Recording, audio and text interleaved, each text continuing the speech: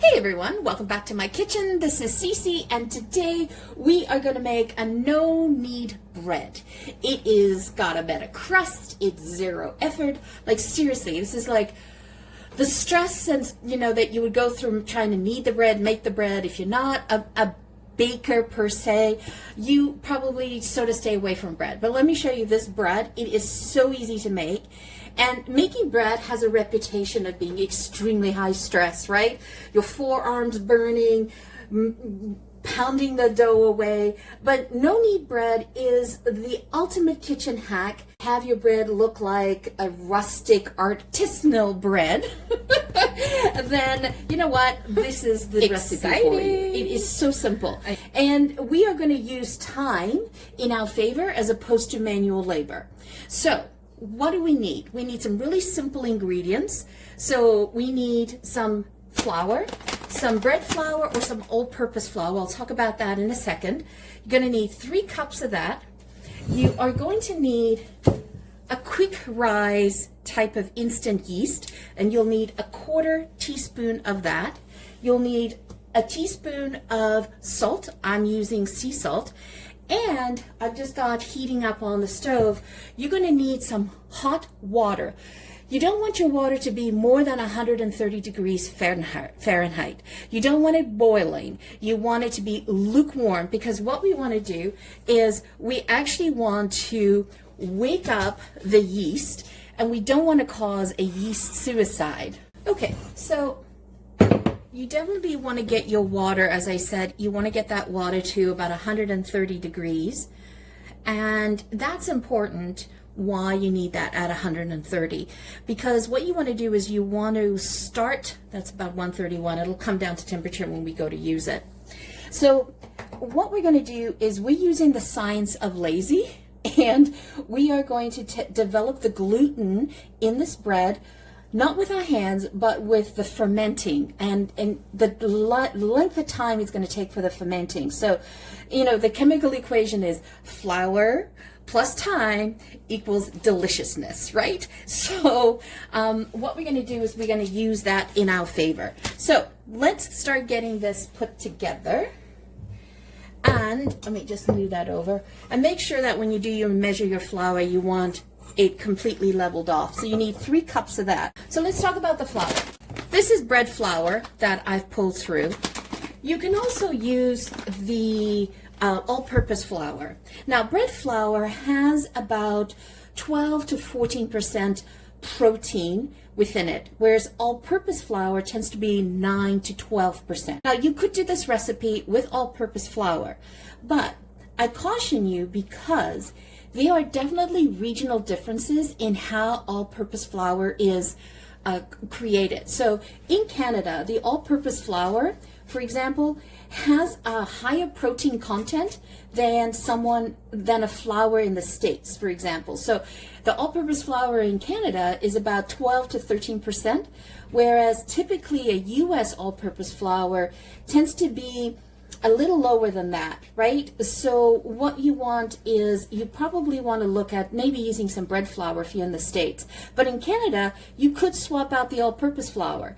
Now, the protein in the flour determines the amount of gluten that is produced, and more protein equals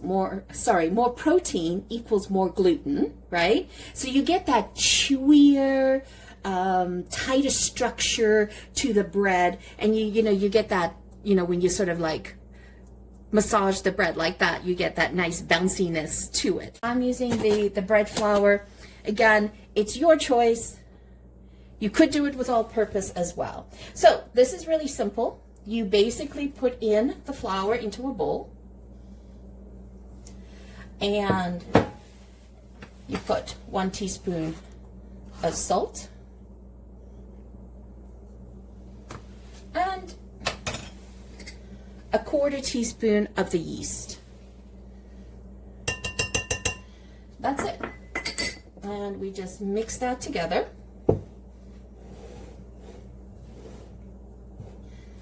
So this is something you start in the morning, or you start it, put it together, then we're going to let this sit for 3 hours. Remember I told you we're not going to be using our arm muscle to do this, but we're going to be using chemistry to help us. And so what we want to do here is now pour in 1.5 cups. Let me just get rid of some water. Perfect. So we want to now put in 1.5 cups of water, hot water. Now, why are we using the hot water instead of cold water? Well, if you were doing the traditional no knead bread, you would definitely use the cold water. But because we're doing the quick one, we're going to wake up the yeast by putting in the warm water, and that's going to speed up the proofing. So what we're going to do is mix this together, and it's going to create kind of like a sticky, shaggy dough. And we're going to just cover it with plastic film and let it sit once we've combined it all. And we'll let that sit on the counter for 3 hours, minimum 3 hours. You know, if you get busy and it's now 4 hours, that's okay. Make sure that when you're mixing this, you grab all the flour at the bottom and you move it up, right? That's super important. See what I mean by shaggy dough? Just get that all incorporated. And I can feel the warmth of the dough already. I just spin the bowl around to help me out.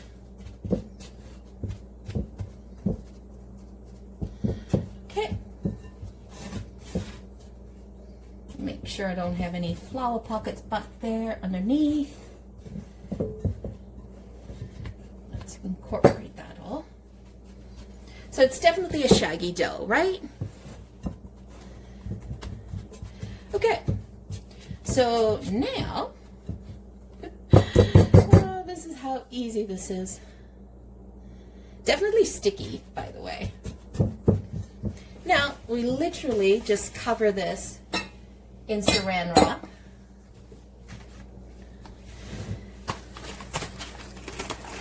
For 3 hours, sorry. 30 minutes is the second time. So let's pull that off. Get a nice seal on this. And this doesn't have to go anywhere special. You can just leave it on the kitchen counter. Okay, but just make sure that it's nice and sealed. There you go. Now this is such an easy dough because, you know, when it gets ready, we could actually put like fillings in this. Olives and sun-dried tomatoes and sesame seeds. Okay, so there you go. So we'll leave that for 3 hours and we'll be back. All right, let's take a look at. This has been 3 hours and 45 minutes. I got distracted doing something else. Look at that. Doesn't that look awesome? And let's lift that up. And the dough is exactly how we need it. So it's a bit jiggly, right? See? A bit jiggly, a bit sticky. All right, so let's get this ready. So what I like to do is I just like to flour the board a little bit because it is a bit sticky. I also flour my hands, but I also use my bench scraper because that is definitely handy. So just put a little bit of flour on the top. And what we want to do is literally just get in there. Just get that dumped on the board.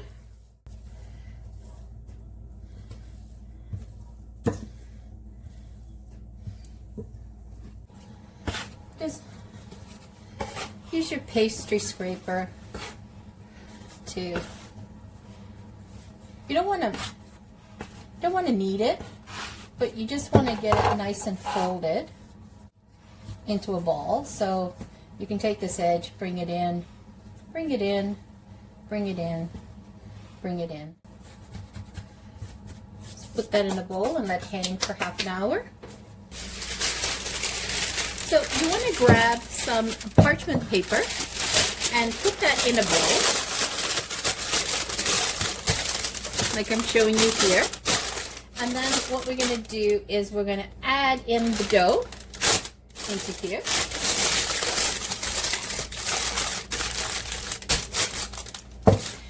And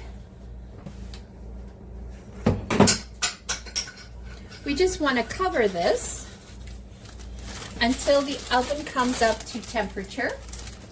And I've got the oven at 450 degrees. I'm trying to bring that up to temp. Okay, so what I have been doing is I've been preheating the oven at 450 degrees, but I also put my Dutch oven in there to heat up. Okay, so that's nice and hot. And make sure that when you put your Dutch oven, your cast iron pot in the oven, make sure that the lid that you have here, the top, is also stainless steel, not plastic, right? So we got it nice and hot. So let's pop this out. And now all we do is grab the bread that we did. So you see that bread? And all we're going to do is lift it out and pop that in there. That's it. Everything's nice and hot and ready to go. And we're going to bake that for 30 minutes in the oven at 450 degrees. And the cast iron is going to create that nice steaming effect. And then we'll take a look at it in 30 minutes. Get that popped into the oven. So I'm going to use a thicker. Let's get that popped. All right, so I have that set in the oven for 30 minutes. So you can see why I put the cloth down here, because it was so hot. I didn't want to burn my board. So the cloth is fine. We can just replace the cloth. All right, we'll be back in 30 minutes. Okay, so that's been in the oven for 30 minutes. So let's pop the lid. Look at that. Doesn't it look awesome? Whew. Okay, so we're going to put it in the oven for another 10 minutes. So we're going to put it in the oven for 10 minutes, maybe 5 or 10 minutes, just to get a little bit more color to it, okay? So this is what the bread looks like after I left it for 5 minutes in the oven, not 10. I didn't want it to get too dark. So what we're going to do now is take this out and put it on a rack. Look at that. Doesn't that look gorgeous? Listen. Can you hear that? Okay, so let's take it out of here. We're going to let this cool down. Exciting! I am so excited to cut into that little bread. Perfect. All right, let's cool that down. All right, so we let this cool down for a bit. Let's cut into it.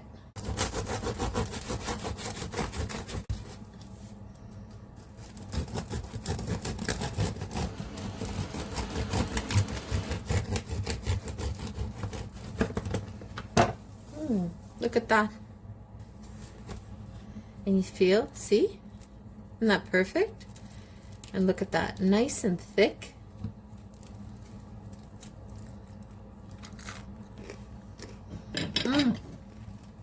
That is really good. And it's fairly heavy. And if you listen to the bottom, perfect. That is awesome.